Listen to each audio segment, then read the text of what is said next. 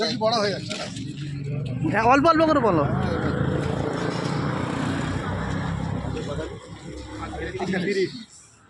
আজকে 30শে ডিসেম্বর 2025 আমরা বাসন্তী ব্লক জমিয়ত উলামা হিন্দের পক্ষ হইতে বাসন্তী থানাতে একটা বিশেষ কারণে আমরা এখানে উপস্থিত হয়েছি। সেটি হলো গত কয়েকদিন আগে যে হরিণঘাটা বিজেপি বিধায়ক যে ওয়াসিম সরকার যে ধর্মের উপরে যে হস্তক্ষেপ, বিশেষ করে আমাদের আল কোরআন, যে সেই কোরআনকে নিয়ে যে অবমাননা বা যে অপমানিত বা লাঞ্ছিত যে কুরুচিকর যে মন্তব্য প্রকাশ করে সারা দুনিয়াতে আজকের হিন্দু মুসলিমের মাঝে একটা বিভ্রান্তি, অশান্তি, দাঙ্গা বাঁধানোর একটা পরিকল্পনা বা একটা চক্রান্ত ষড়যন্ত্র চালাচ্ছে, এটাকে আমরা তীব্র নিন্দা জানাচ্ছি।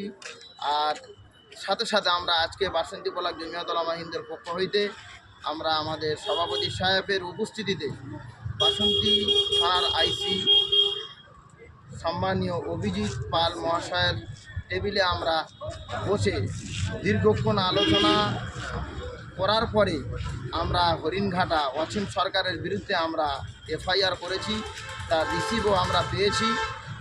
তো আমরা দাবি করছি আজকের বাসন্তী থানা দাঁড়িয়ে আগামী দিনে যদি এটা অবিলম্বে যদি একে গ্রেফতারের দাবি করছি, যদি গ্রেফতার যদি না করা হয় তাহলে আগামী দিনে এটাকে কেন্দ্র করে বৃহত্তর আন্দোলন হবে ইনশাআল্লাহ। আমরা আজকের থানা দাঁড়িয়ে জমিয়ত উলামা হিন্দের পক্ষ হইতে এবং সমস্ত ধর্মগুরুকে নিয়ে আমরা আগামীতে পথে নামবো, পথ অবরোধ করব, যা কিছু করার করতে যেটা করণীয় সেটা আমরা করবো ইনশাআল্লাহ। এই বলে আমরা শেষ করছি। আমরা শান্তি সম্প্রীতি, ভারতবর্ষ শান্তি সম্প্রীতি ভালোবাসা মধ্য হতে সবাইকে নিয়ে মেলবন্ধনের মধ্য হতে দিন পারাপার হোক, আমরা আমাদের পক্ষ থেকে আমরা চাচ্ছি। জমিয়ত উলামা হিন্দ জমিয়ত উলামা হিন্দ।